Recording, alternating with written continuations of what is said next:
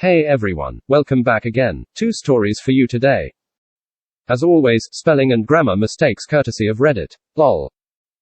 Don't forget to like and subscribe. It helps this channel grow. Thank you. This is titled, Parents Want Us to Reconcile. Almost 4 months ago, my best friend's wife tells me my wife and her husband are having an affair. My soon-to-be ex-wife was careful. He was not. Other betrayed spouse gave me lots of proof, including sexting and pictures. Once I learned the affair has been going on for a few years, I was done. Call logs and texts dated back when I was still working 16-hour days earning my engineering degree, including nights that were supposedly girls' nights out, and I was at home watching kids. Her friends were all cheating on their husbands and covering for each other. Other betrayed spouse decided to reconcile purely out of lack of financial means to leave affair partner. I chose to leave my wayward spouse. I got a lawyer and proceeded to make a plan before confronting her. Once I had everything I needed, I kicked my wayward spouse out of my house, changed the locks, split the accounts, and served her papers. She has zero claim to the house, and I had movers ship her stuff to her parents. She's fallen on hard times since we split. She's had to get a place with college-age roommates and start working 2 jobs. Today my parents and her parents had their own intervention of sorts, wanting us to reconcile, for the kids. The kids are fine. They're with me 90% of the time. Our parents have been listening to her sob stories while she minimizes the fact she was banging my best friend this whole time. She's super sorry, so it's okay. They railed about the way I publicly outed her affair and threw her out. They called it immature and vindictive. Furthermore, they think me staying in contact with the other betrayed spouse is inappropriate despite being friends with her and her family for over a decade. They even accused us of having an inappropriate relationship despite having zero proof of anything remotely inappropriate. We are not having sex. We are not kissing. We are not dating. We babysit kids for each other, drink coffee and talk, and exchange non-sexual favors. I save her a plate of food if her kids stay for dinner a few times a week she's in class. I'm the only family other betrayed spouse has in our state, since her family has distanced themselves from her after her husband got caught and has been sent to prison for sex with minors, including other betrayed spouse underage cousin. And embezzling money from real estate investors shortly after he was outed for cheating. I'm beside myself. I feel gutted and betrayed all over again. Even though I've told her it's over and tried my best to go minimal contact, she just can't take no for an answer and now has everyone on her side. I'm not taking her back. She's just sorry she got caught and her affair partner went to prison and lost all that money. She's not sorry for betraying me for years while playing me for a complete fool. I worked for years to give her and I a good life and I got shat on. She'd still be fricking him in a hotel room or his car on her back had she not been caught by his wife. My soon-to-be ex-wife also made the accusations other betrayed spouse outed her to get revenge on her and steal her life. My wayward spouse is now saving herself for when I take her back. Other betrayed spouse life has been a big train wreck. She and her kids were penniless and almost homeless since dipshite had their assets seized. I've given enough to make sure that didn't happen. She's lost most of her family through this. None of this was her fault and she was just as blindsided as I was. She's been a true friend and a confidant through all of this. Comment 1. Tell them to kick rocks. Unless they contribute some way to your life, like in a monetary manner, their opinion is not valid. You have to do what's best for you and your children. Comment 2. Damn, I almost hope you end up with original betrayed spouse at this point just to make the point to everyone else to slag off. The only ones you owe a response to are your parents. But they are being stupidly ridiculous. Set them straight alone without her stupid parents. Explain the facts as they are as you've laid them out. Explain how incredibly inappropriate it was for them to think they have the right to tell you what to do with your life or to trust the words of someone else instead of coming straight to you. And then tell them to cut the shite out, or they are at risk of being cut off from you and the grandchildren.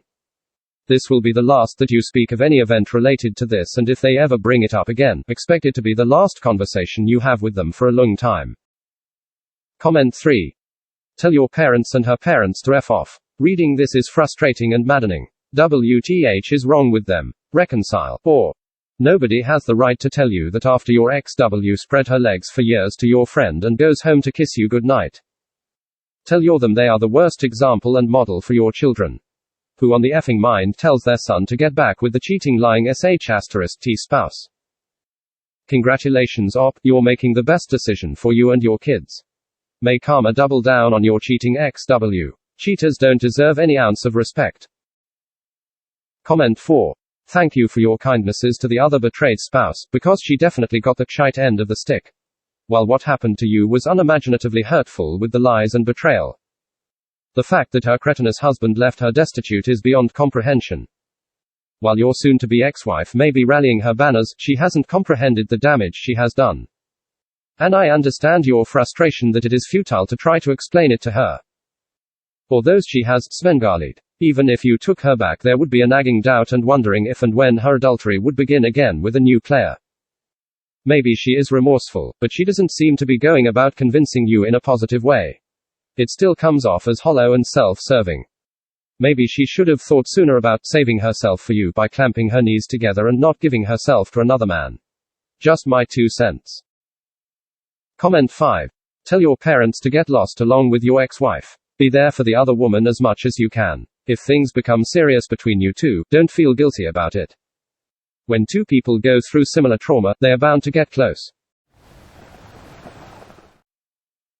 This story is titled, Suddenly Remembering a Fight He Picked to Avoid Me and His App at the Same Party. Sometimes I think about the last conversations I had with my husband before he walked out. For a long time I thought about if I had handled them differently, been less demanding, more understanding, maybe he would have wanted to fight for our relationship. Even though I knew it was insane for someone to just abruptly abandon their family, I obsessively took responsibility for how I handled those last few days.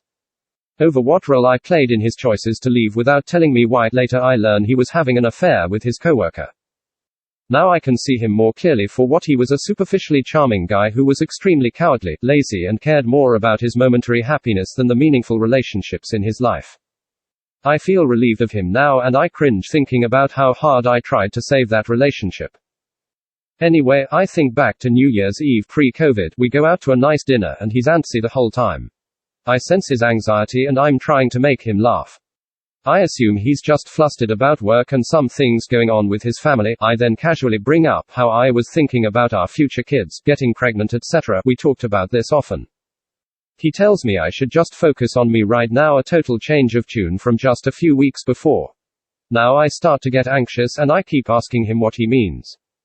Does he not want to have children? Why isn't he being clear with me? He is cagey and avoids answering my questions specifically.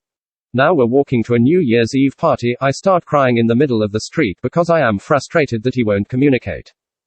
And he is playing dumb as to why I'm so frustrated. Now he's asking me if I even want to go to this party anymore.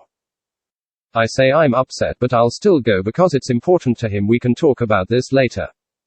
But he keeps sighing and acting annoyed that I'm upset and then insists we go home because it would be no fun if I was in such a bad mood.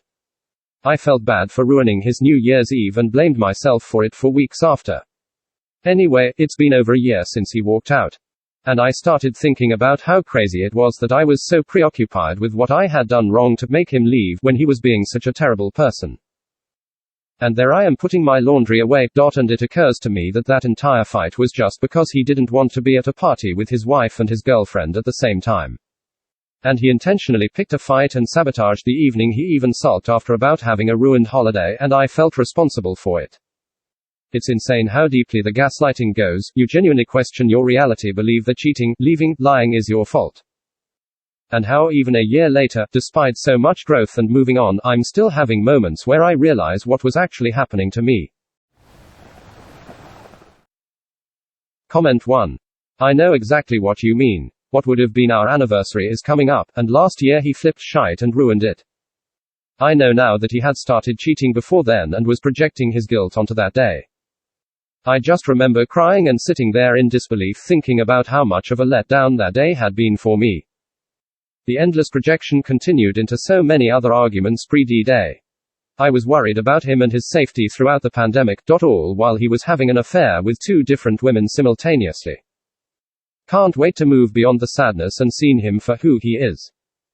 I know I deserve better and deserved more than what he gave me, but still mourning the loss of the future I thought we were on track to have. Comment 2. These flashback realization moments are really common and sadly they go on for years. At the oddest times and even after you've long since ceased to feel anything for the person. It's just that, while you are with them and in love, you are blind to what else they might be up to.